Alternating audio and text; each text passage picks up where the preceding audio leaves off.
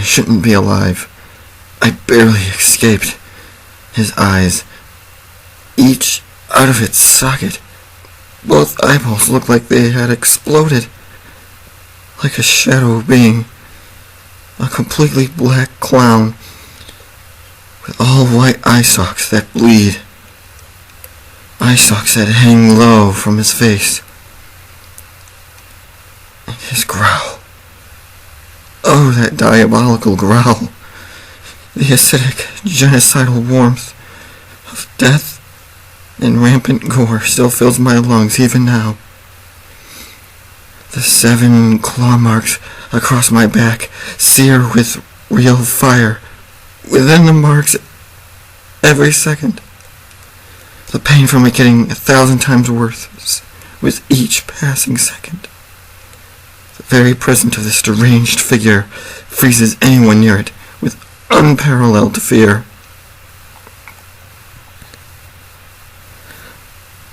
I live in a small rural area, outside Bear Creek, Carbon County, Montana.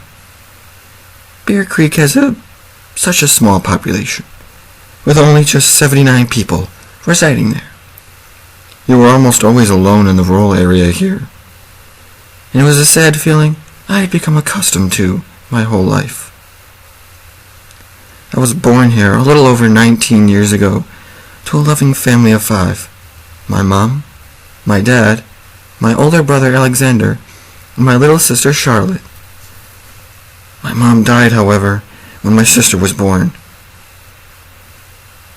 It was quite sad, and I still have depression because of it. Life was much tougher and a bit more quieter after her death. My father worked 3 jobs to support us, but we lived each day as it came. Months turning to years. Until the year I turned 19 years old. That was the year when my whole life would be changed forever.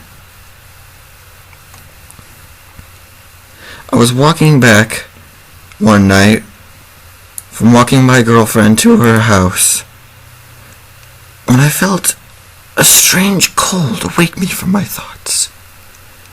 It was summer and it isn't usually cold at all.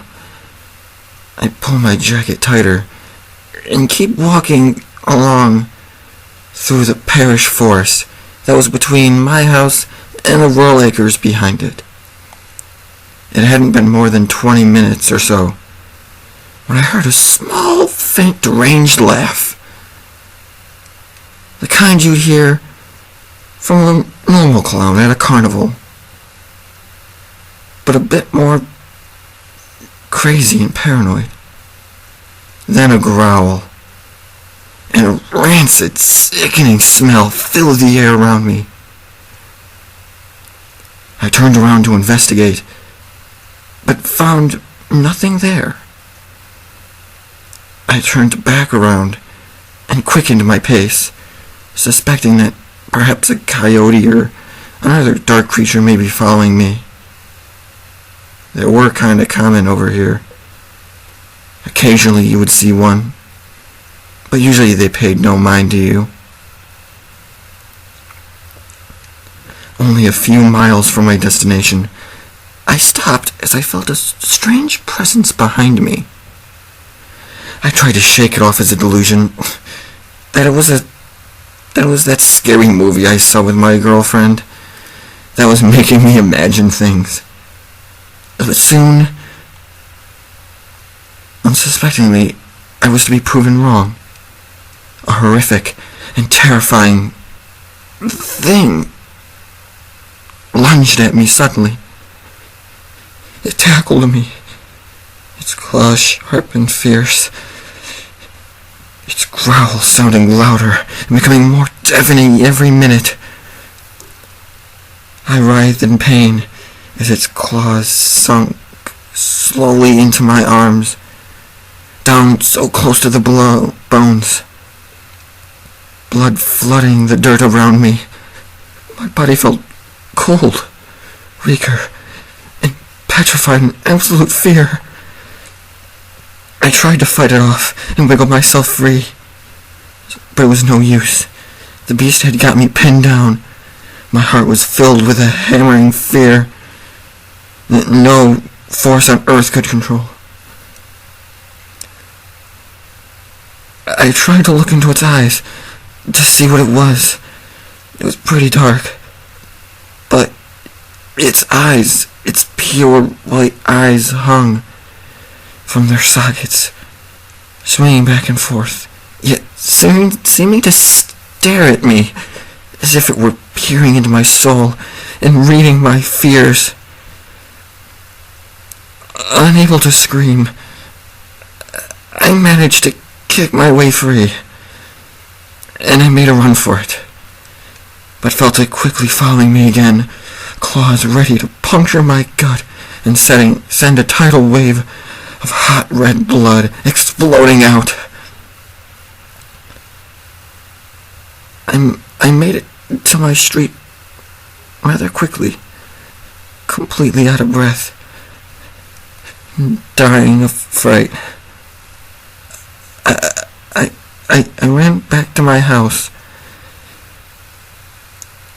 and my mother, sitting on the couch watching TV, asked what had happened, as I was sweaty, dirty, and was very bloody and scraped up. She seemed oh so concerned. I lied, saying that I ran and got beaten up, armed with knives from a couple of the local bullies at my school. I went upstairs. I cleaned my rooms. I cleaned my wounds and went up to bed. However, I found that I couldn't fall asleep.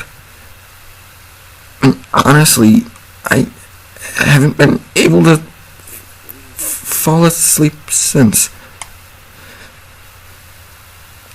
That is why I'm writing this. To warn you. To inform you all. To be careful when you go out alone at night. To be careful that if you ever see a creature like this, to get out immediately. To run for your life. It's still out there.